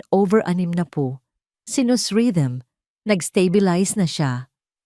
Inilagay ni Elara ang huling tahi. Pinutol niya ang sinulid. Nilagyan niya ng sterile dressing ang sugat at tinakpan ito. Hinubad niya ang kanyang madugong guwantes at ibinagsak sa sahig. Tumingin siya kay Rico. Mabubuhay siya, sabi niya. At pagkatapos ang adrenaline ay biglang nawala. Ang kanyang mga tuhod ay bumigay. Sinalo siya ni Rico bago pa man siya bumagsak sa sahig, hinawakan siya sa kanyang scrub top. Dahan-dahan, Doc. Nakangiting sabi nito. Magaling ang ginawa mo. Isang click na tunog ang narinig. Ang deadbolt ng pinto ay binuksan ng isa sa mga sundalo. Handa na silang harapin ang mundo sa labas. Nang bumukas ang mga pinto ng trauma bay, isa ang eksena sa hallway ay parang isang painting na huminto sa oras. Si Dr. Adrian Alcaraz ay nakatayo doon, ang kanyang mukha ay maputla dahil sa gulat mula sa pagsabog, at kasama niya ang Chief of Medicine na si Dr. Aris Thorne, isang mas matandang lalaki na may seryosong disposisyon, at ang hospital administrator na si Mr. Henderson. 2 pulis din ang naroroon, ang kanilang mga kamay ay nakaalerto sa kanilang mga baril. Sa likod nila, isang dagat ng mga nurse orderly at usisero ang nagkakagulo. Unang lumabas si Elara, pinupunasan ang dugo sa kanyang noo gamit ang likod ng kanyang braso. Nakasunod sa kanya si Rico na parang isang dambuhalang anino. Ang kanyang rifle ay nakasabit, mukhang bodyguard ng isang head of state. Ang katahimikan ay binasag ni Dr. Adrian. Ang gulat niya ay napalitan ng galit. Arestuhin siya. Sigaw niya, itinuturo ang nanginginig na daliri kay Elara. Nagnakaw siya ng mga gamit medikal. Inilagay niya sa panganib ang buong ospital. Nagpasabog siya sa parking lot. Pulis, hulihin niyo siya. Humakbang pasulong ang 2 pulis, ngunit may pag-aalinlangan. Tiningnan nila ang maliit na nurse, pagkatapos ay ang dambuhalang sundalo sa likod nito. Tiningnan nila ang usok na umaakyat mula sa bakanting lote sa labas ng bintana. Miss Cruz, sabi ng isang pulis, kailangan ka naming tanungin ng ilang bagay. Wala siyang sasabihin kahit ano. Dumagundong ang boses ni Rico. Ito ay isang sibilyang usapin. Nanginginig na, sabi ni Mr. Henderson. Siya ay empleyado ng St. Jude's at nilabag niya ang lahat ng protocol sa handbook. Fired na siya effective immediately at magsasampa kami ng kasong reckless endangerment. Reckless. Isang mahinang boses ang narinig mula sa loob ng trauma bay. Naghiwalay ang mga tao. Si Miguel Marco, ang pasyente, ay nakaupo na sa gurney. Siya ay maputla, walang damit pang itaas at nababalutan ng benda, ngunit siya ay gising. Ibinaba niya ang kanyang mga binti sa gilid ng kama. Miguel, humiga ka. Utos ni Elara, lumingon pabalik. Ayos lang ako, Ma'am Val, paos na, sabi ni Miguel. Tumayo siya, medyo nanghihina. Narinig ko lang na may tumawag na reckless sa pinakamagaling na combat medic sa buong bansa. Gusto ko lang makita kung sino ang idiotang yon. Naglakad si Miguel, halos matumba, papunta sa pintuan. Sumandal siya sa hamba, tinitingnan sina Adrian at Henderson. Alam niyo ba kung sino ang kinakausap ninyo? Tanong niya. Isa siyang nurse. Duro ni Adrian. Isang tahimik, walang kwentang nurse. Tahimik? Tumawa si Miguel. Isang tuyo at masakit na tawa. Oo, tahimik siya. Nagiging tahimik ka kapag 2 araw kang nakahiga sa isang kanal sa Syria, pinipigilan ang pagdurugo ng femoral artery gamit ang isang kamay habang nakikipagbarilan gamit ang kabila. Ang buong hallway ay binalot ng nakakabinging katahimikan. Nagiging tahimik ka kapag kailangan mong mamili kung sino sa mga kaibigan mo ang mabubuhay at kung sino ang mamamatay dahil iisa na lang ang natitira mong bag ng plasma. Ang mga mata ng lahat ay nakatuon kay Elara, si Ana Cruz. Sabi ni Miguel, itinuturo siya, ay isang cover name. Ang babaeng yan ay si Captain Elara Valkyrie Cruz. Siya ang lead medical officer na naka-assign sa Night Stalkers Special Operations Unit sa loob ng 3 taon. Mayroon siyang Gold Cross Medal, mayroon siyang 2 Wounded Personnel Medal. Ang mga peklat sa kamay niya ay hindi galing sa pagbagsak ng mga bedpan. Nakuha niya yan sa paghila sa akin palabas ng isang nasusunog na helicopter sa Kandahar. Ang bibig ni Dr. Adrian ay bumukas ngunit walang tunog na lumabas. Tiningnan niya si Elara, ang babaeng kanyang minura, kinutya at minamaliit sa loob ng maraming buwan. Ang babaeng tinawag niyang daga. Si Elara ay nakatayo lang doon, ang kanyang postura ay tuwid na tuwid. Hindi na siya yumuko. Tinitigan niya si Dr. Adrian diretso sa mata. Totoo ba ito? Tanong ni Dr. Thorne, ang Chief of Medicine, humahakbang pasulong. Siya ay isang dating army surgeon. Tiningnan niya si Elara na may biglaang pagkilala. Cruz, nabasa ko ang report. Ang ambush sa Basilan. Ikaw yon. Tumango si Elara. Opo, sir. Diyos ko, bulong ni Dr. Thorne. Nagsagawa ka ng isang thoracotomy sa likod ng isang gumagalaw na helicopter sa gitna ng putukan. Ang case study mo ay ginagamit sa trauma curriculum sa AFP. Lumingon si Dr. Thorne kay Adrian. Ang tingin sa kanyang muka ay puno ng pandidiri. Dr. Alcaraz, sinabi mo sa akin kaninang umaga na si Nurse Cruz ay walang kakayahan at mabagal mag-isip. Sinubukan mong pigilan ang isang life-saving surgery sa isang Tier 1 operator dahil sa protocol. Hindi siya sumunod sa chain of command. Nauutal na sabi ni Adrian na tila lumiit sa ilalim ng tingin ng kanyang superior. Siya ang chain of command sabat ni Rico. Sa isang trauma scenario, ang autoridad niya ay mas mataas kaysa sayo, mas mataas kaysa sa akin. Kahit ang presidente pa ang nagdurugo, mas mataas ang ranggo niya. Kinuha ni Rico ang isang satellite phone mula sa kanyang bulsa. Pinindot niya ito at inilagay sa speaker mode. This is General Macalintal SOCOM Command. Isang malakas na boses ang dumagundong mula sa maliit na speaker. Put Major Santos on. Nandito po ako, General, sabi ni Rico. Secured na po ang asset at stable na. Pero may sitwasyon po kami sa local administration. Put them on utos ng General. Inabot ni Rico ang telepono kay Mr. Henderson. Kinuha ito ng administrador na nanginginig ang mga kamay. Hello! Makinig kang mabuti. Tila humiwa sa hangin ang boses ng General. Ang babaeng nakatayo sa harap mo ay isang protected national asset. Sa kasalukuyan, hinahadlangan ninyo ang isang military operation. Kung hindi kayo aatras at kung magsasampa kayo ng kahit isang kaso laban kay Captain Cruz, sisiguraduhin kong puputulin ang federal funding ng ospital ninyo nang napakabilis. Mawawalan na kayo ng kuryente bago nyo pa maibaba ang teleponong ito. Naiintindihan ko ba ang sarili ko? Oo po, General. Malinaw na malinaw po, nanginginig na sagot ni Henderson. Walang kaso. Absolutely not. Good. Ibigay mo si Captain Cruz sa akin. Kinuha ni Elara ang telepono. Valkyrie, lumambot ang boses ng General. Kailangan ka naming pabalikin.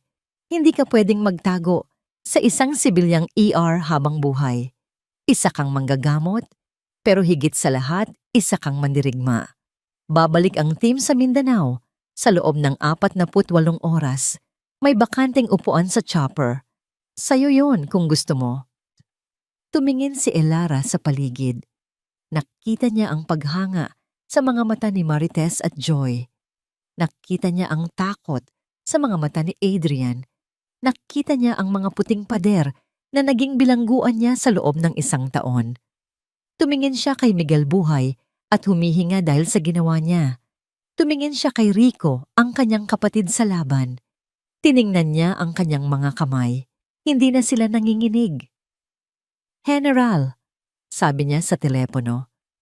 Pagkatapos tumingin siya kay Dr. Adrian. At sa harap ng lahat, sinabi niya ang isang bagay na nagpatunay na ang kanyang laban ay hindi lamang sa larangan ng digmaan. Tungkol sa pasyente sa room 40, 2 noong nakaraang linggo. Mahinahong sabi niya, "Yung inutusan ninyo akong bigyan ng beta blocker. Tama po kayo, Dr. Alcaraz. Hindi ko po sinunod ang utos ninyo." Naguluhan si Adrian. "Ano?" "Hindi ko po siya binigyan ng gamot," patuloy ni Elara, "dahil allergic siya dito. Nakasulat po sa kanyang file. Kung sinunod ko ang utos ninyo, namatay sana siya. Itinama ko ang pagkakamali ninyo noon, tulad ng pagtama ko sa pagkakamali ninyo ngayon." Isang kolektibong singhap ang naririnig sa hallway.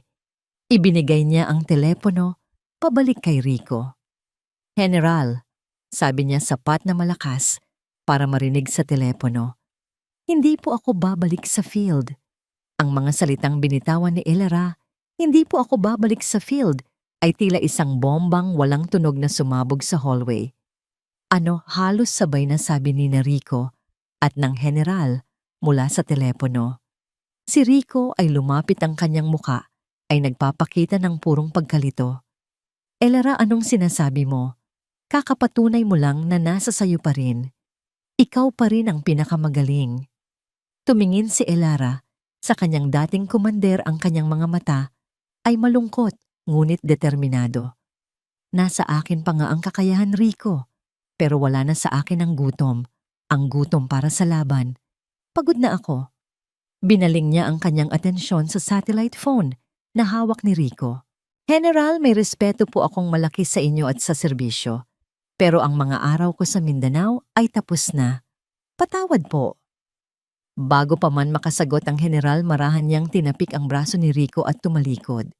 Naglakad siya papalayo sa kaguluhan, papalayo sa mga matang nakatingin sa kanya, at tinahak ang daan patungo sa isang lugar kung saan ang desisyon niya ay tunay na mahalaga. Ang cardiac ward ay tahimik, isang malaking kaibahan sa kaguluhan sa ER. Pagbukas niya ng pinto ng silid ng kanyang ina, nakita niya si Lourdes na nakaupo sa gilid ng kama. Hindi ito natutulog. Sa katunayan, ang TV nito ay nakabukas sa isang local news channel na nagbo-broadcast na ng live report tungkol sa misteryosong pagsabog at paglapag ng military helicopter sa St. Jude's. Nay? Lumingon si Lourdes. Ang kanyang mga mata ay puno ng luha, ngunit mayroon ding ngiti sa kanyang mga labi. Ang ngiti ng isang inang laging alam ang katotohanan. "Narinig ko ang lahat, anak. Ang dagundong, ang sigawan. Alam kong may kinalaman ka dito." Umupo si Elara sa tabi ng ina at hinawakan ang kamay nito. Sa pagkakataong ito, siya na ang nanghihina at ang kanyang ina ang nagbibigay lakas. "Tinawagan nila ako pabalik, Nay. Pabalik sa Mindanao." Hinigpitan ni Lourdes ang hawak sa kamay niya. "Noong bata ka pa, palagi mong sinasabi na gusto mong maging sundalo para magligtas ng buhay. At ginawa mo yan, Elara. Higit pa sa inaasahan ng sinuman. Pero nakita ko rin kung paano ka unti-unting kinain ng giyera. Bawat pag-uwi mo, may isang piraso sa'yo na nawawala." Tinitigan ni Lourdes ang anak ng diretso sa mata.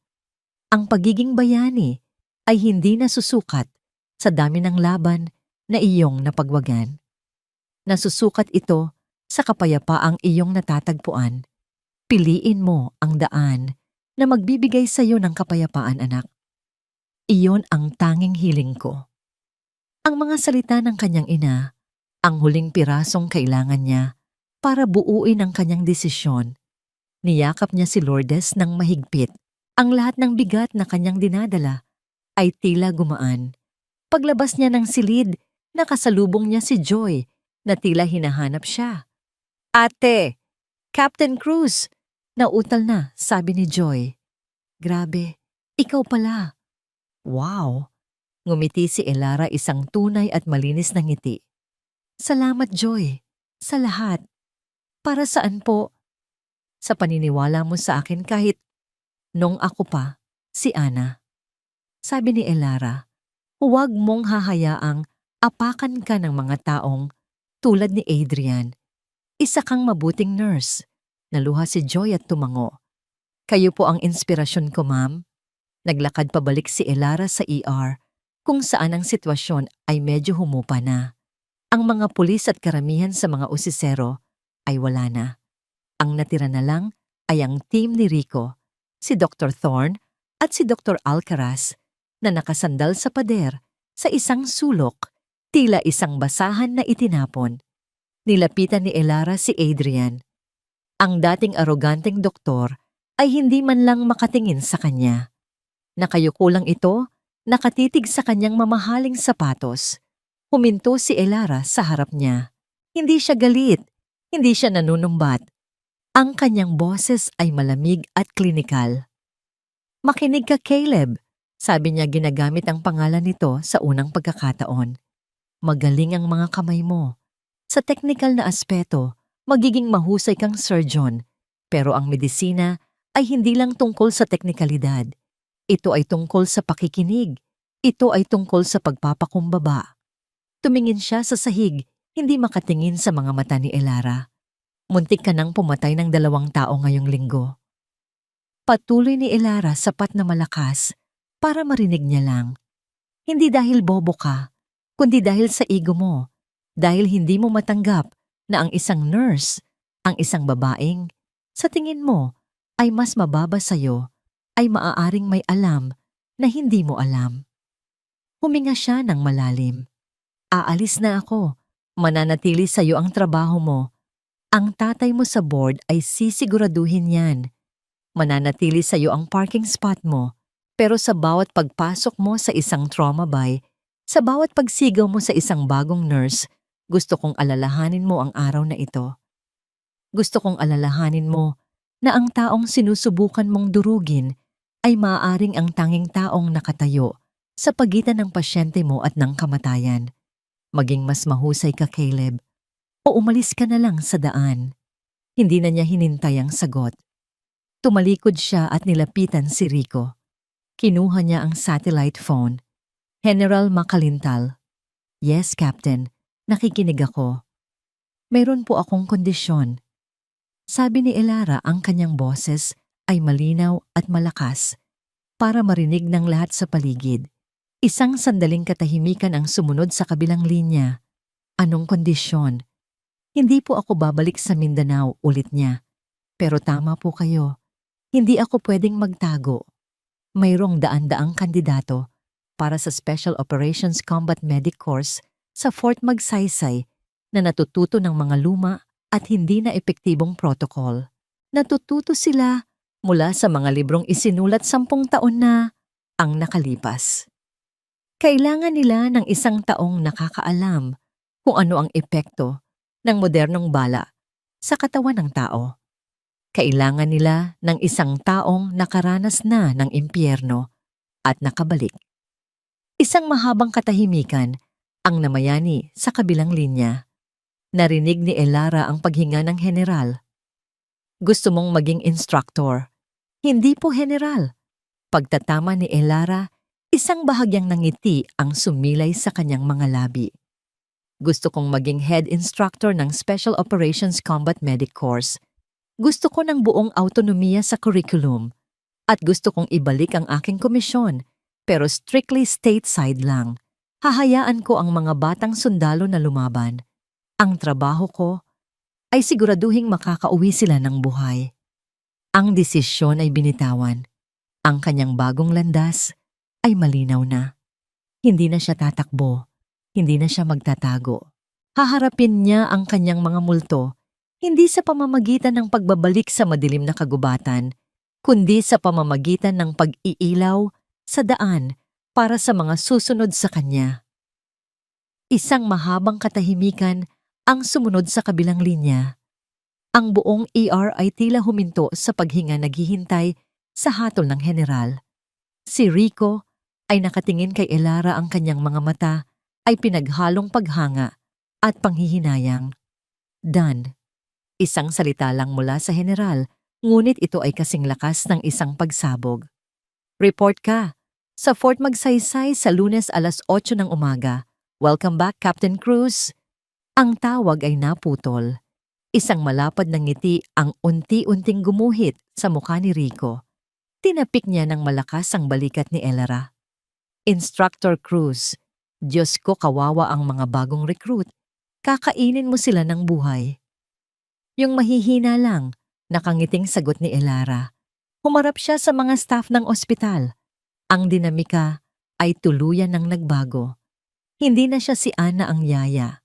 Siya na ang pinakamataas na opisyal sa silid. Naglakad siya papunta kay Marites. Ang head nurse ay bahagyang napaatras, ngunit iniabot ni Elara ang kanyang kamay. "Salamat sa babala mo kanina," sabi ni Elara. "Alam kong sinusubukan mo lang protektahan ang mga pasyente." Nag-aalangang tinanggap ni Marites ang kamay niya. Ako ang dapat humingi ng tawad, Captain. Hinusgahan kita." "Lahat tayo nagkakamali," sabi ni Elara. "Ang mahalaga ay kung paano tayo bumabangon." Binitawan niya ang kamay nito at lumapit sa administrasyon ng ospital. "Mr. Henderson, Dr. Thorne," simula niya. "Hindi na po ako babalik dito. Ang aking ina, si Ginang Lourdes Cruz, ay ililipat sa Villa Luna Medical Center sa lalong madaling panahon. Aasikasuhin na po ng militar ang lahat." Walang nagawa ang dalawa, kundi ang tumango. Ang kanilang awtoridad ay nawala na. Naglakad papalapit si Rico at ang kanyang team. "Oras na para umalis, Ma'am Val," sabi ni Rico. "Pwede ka naming ihatid. Mas mabilis kaysa magbus." Tumawa si Elara. "Sige, isang huling sakay." Ang grupo ay nagsimulang maglakad papunta sa exit. Si Elara Cruz, ang dating daga ng St. Jude's, ay naglakad palabas ng automatic doors sa pagitan ng 4 sa pinaka-elite na sundalo ng bansa.